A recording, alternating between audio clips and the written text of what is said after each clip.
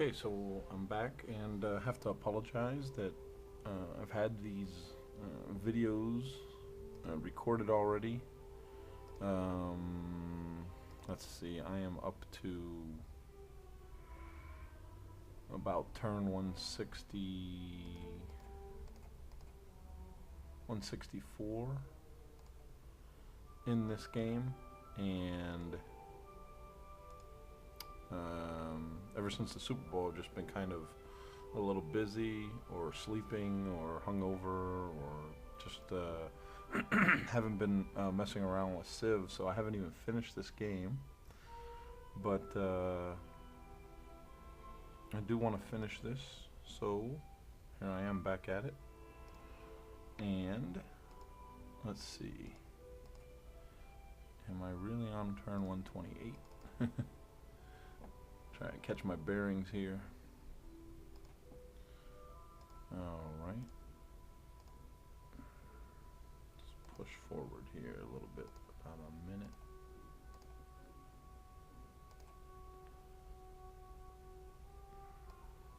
See what's going on. I know I was going down there to free the settler that I had lost. Now, let's see.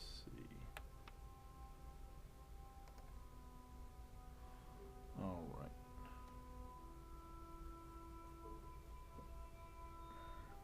So yeah, this game is pretty much just total me just winging it and not really using any type of ABC base except expand as fast as possible, put pyramids everywhere, put the trade routes up, trying to get the science from that, and you've seen the mistake earlier from that, and would have rather have had the interfaith dialogue, I think it is, where the missionaries spread the religion, and also on this version I'm pretty sure the Great Prophet as well, you get a science boost. So if you get that, you won't be as far behind in science as I am. So yeah,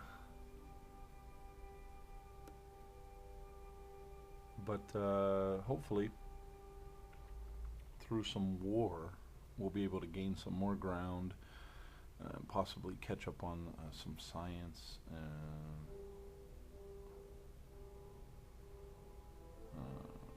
But yeah, that's about it really. There's no other at least from this point, there's no other choices that I can do except try and take over more and more land as fast as possible,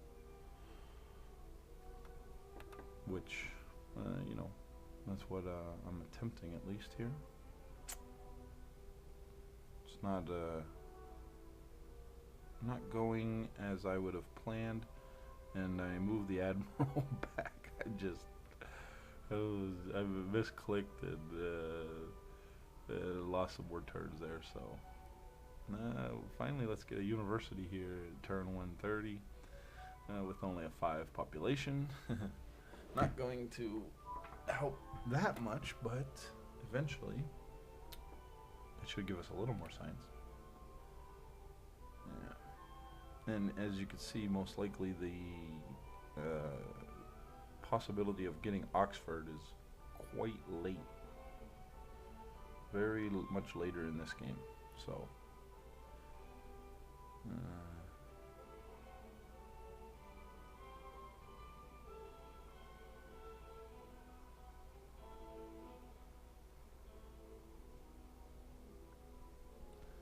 I got a feeling,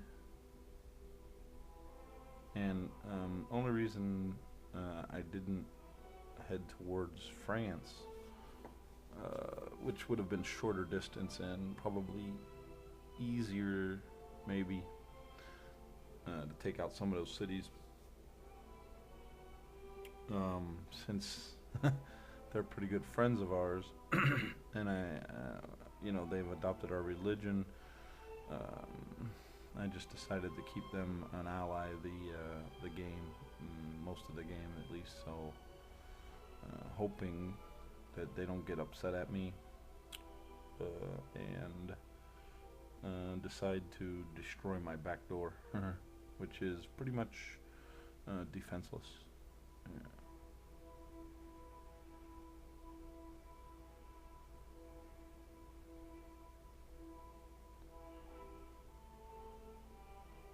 Little Tchaikovsky in the background. And we're just waiting for the turns to, you know, push forward. Yeah. No, this was interesting. I was having a hard time deciding where I wanted to go next. Do I want to get into tradition and then at least get 4 free culture buildings? So yeah, that's where I went. Plus, tradition will give me 3 extra culture per turn now. And I could have gone into commerce. I could have gone into patronage. A lot of choices there. But you have to make one. So I still think legalism, especially when you have as many cities as I do, legalism can be useful. So, yeah.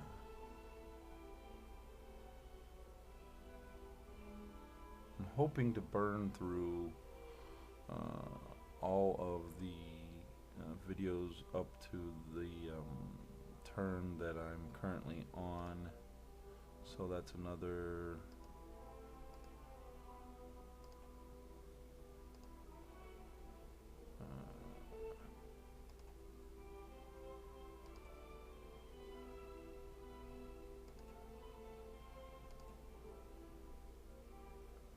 it's another just about 90 minutes of video, so I'll have to do all the audio for that and do all the uploading hopefully, and I'll get it up to about part maybe 19 or so, and I'm pretty much sure that I'm pretty decided on my next Let's Play is going to be like a 1 versus 1 duel map, which will be a nice fast game, a little easier and not so complex. So yeah, do like the complete opposite of this next. Yeah.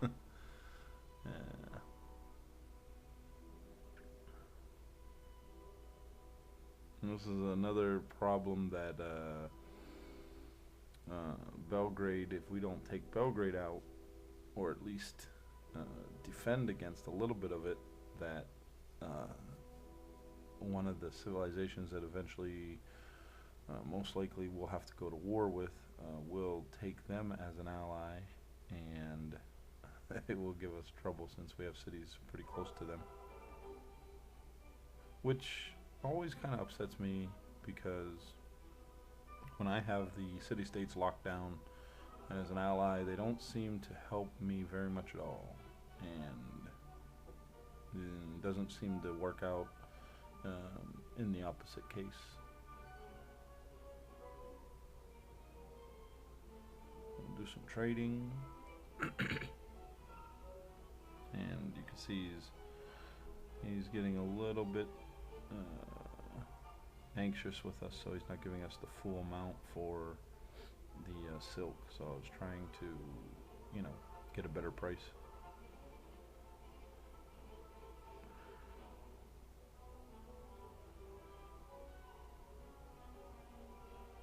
Now I'm trying to think, okay, how many wars can I purchase? Who will go to war with who here, and can we just get everybody to go to war against everybody except us? Alright, see, nice and cheap, open borders and 25 gold, and he's not that close to us, so I figured, here, take the open borders, and he can't sneak in behind us anywhere, so I'm not worried about it. So yeah, I gave him open borders and 25 gold. Go get the Aztecs. Now Japan. Alright, no, only 60 in open borders, and he's not even close to us. So yeah, so for 85 gold, and open borders to both of those civilizations that not even going to come over. They've both started wars with two different civs. So now, who else can we pit against each other?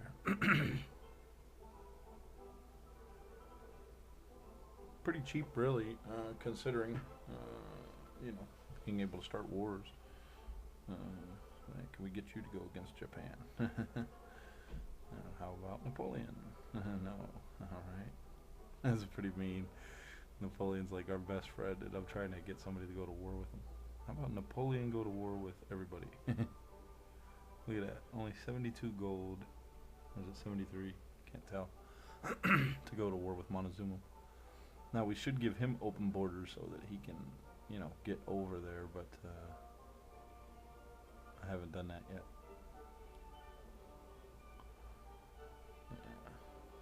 Gandhi. Who will Gandhi go to war with? I just want them all to, destroy each other.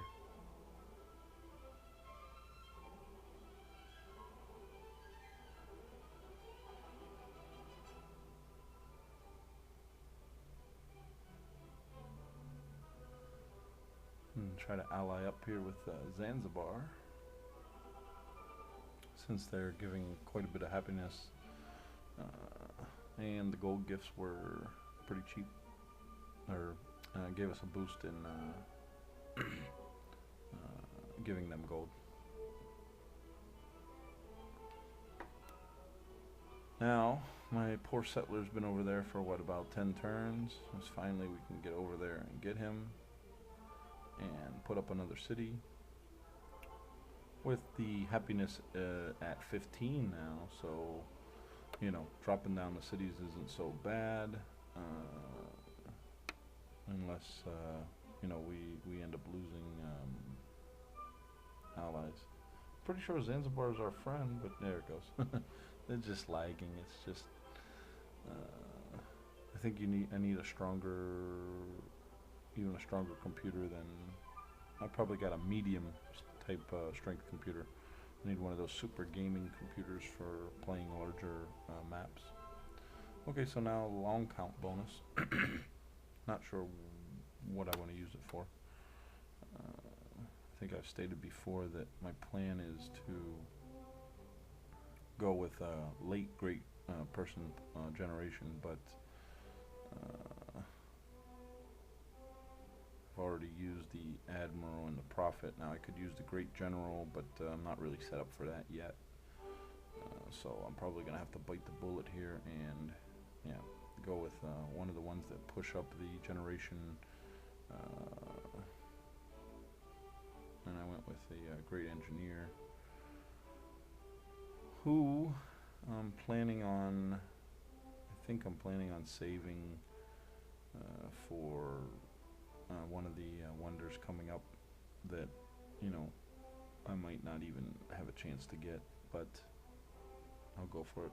My choices are to use him for production or to not even grab him at all. I think in one of the comments it was mentioned that I could use a great scientist to put up an academy, get that extra boost in science research, but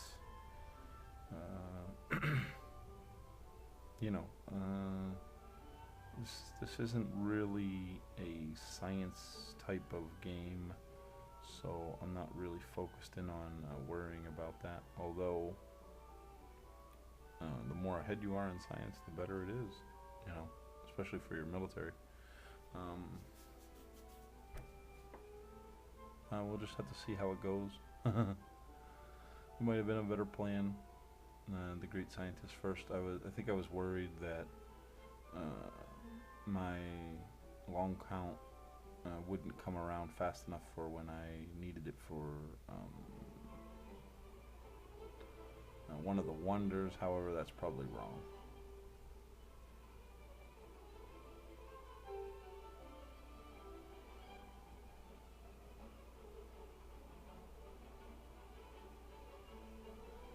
And yeah, I think we could have went tall, like a 4-city set, something, played peaceful, and got way ahead in science, and blast it off to the moon. Relatively quite easy on this game. But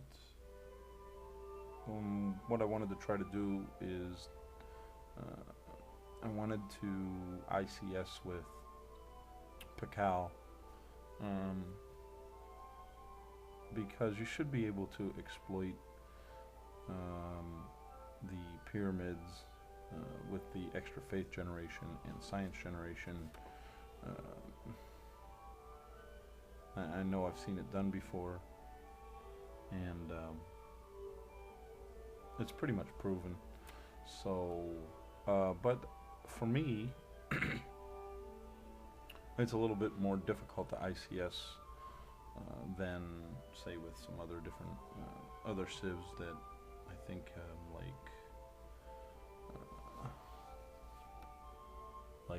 France, let's say, or I'm trying to think who else I would like to really use. Ethiopia is just one of my favorite, just because their building gives you, their unique building gives you the extra culture and faith. So, and it's relatively easy to get those buildings in right away. But I don't think that there's, not that I've tried it with everyone yet, but from what I understand, at least on this version of the game, ICS is pretty simple, or not simple, but obtainable with all of the civilizations. It's easier with some than others, though, of course.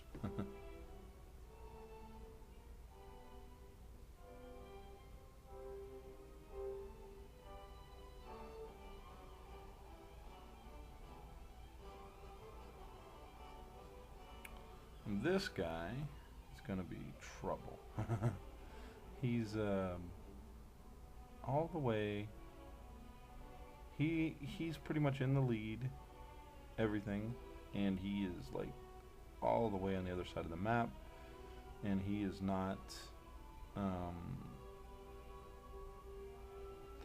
He is not on the coast with his capital, so which makes it more difficult to get to him. Like if he was on the coast, all I really need to do is get into submarines and battleships and pretty much take him out. But since he's like clearly on the other side, I predict myself conquering, hopefully conquering Arabia and the Aztecs, maybe even Gandhi, and then the game's over. But I would like to get in there. I would really like to get into the Aztecs, then Gandhi, then like if I had some nuclear weapons, just take out the Indians there, and just try to come back around the other side, through Mongolia and then Arabia, maybe something like that. I don't think that's probably not going to happen. If I remember seeing where his capital was, he is pretty well loaded with defensive position. I think there's a lot of hills around him, maybe a river, and my units will be quite slow over there. Of course, unless I'm able to get into a nice sized air force and some tanks, and just try to overpower him. But yeah, I think he's probably my number one, going to be my number one problem this game. I'd much rather see the Aztecs or Arabia way ahead, which is closer. But it always seems to come down to somebody who is clearly in a very difficult place to reach if I'm trying to use this ICS strategy, and then it always seems for me like a late military push So I think if you could have gotten a quicker military push, might have been more beneficial. Um, that's perhaps why, it might have been better to settle those cities in the east first and cause some wars and get into wars and try to take down some of those cities and civilizations. Yeah, I'm looking at that now, like, oh, he's starting to run away with this game. Yeah, as we can see, yeah, nice position for him to be that far away from us.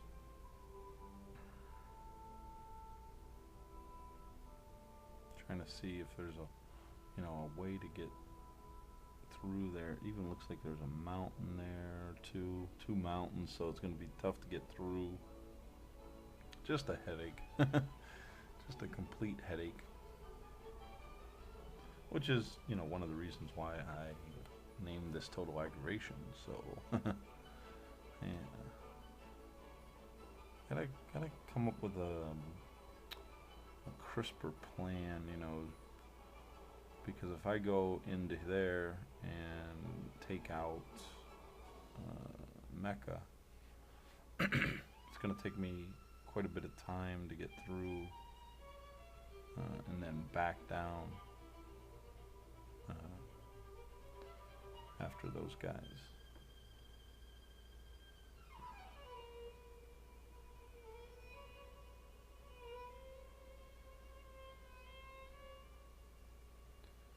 And the Incas.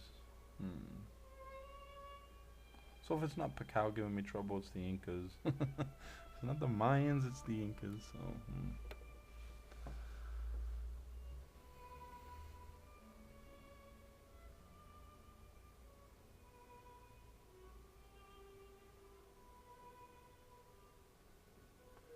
Switching up some technology here, trying to get the printing press. Not only will it spread our religion faster, but it will, possibly I can get the Leaning Tower of Pisa. And of course you're always trying to, you're always trying to get the porcelain tower as well.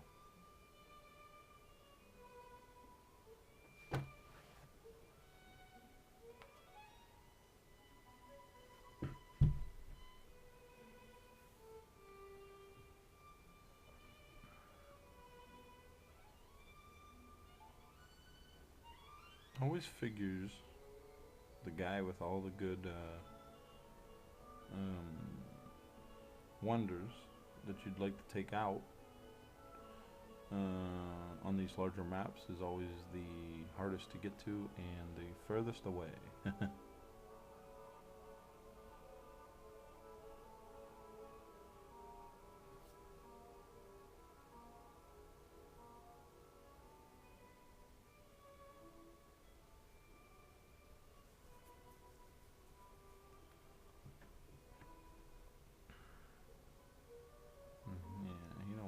You don't want to give us much for those horses.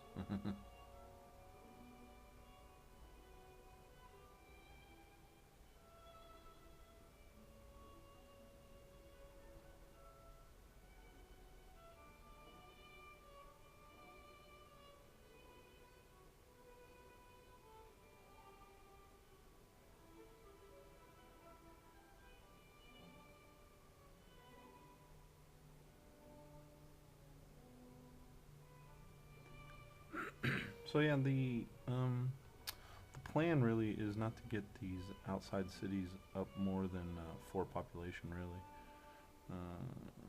Everything right around 4 population, perhaps the capital up as high as I can get it, and to, keep pushing through, 11, 12 cities. You can keep pumping out soldiers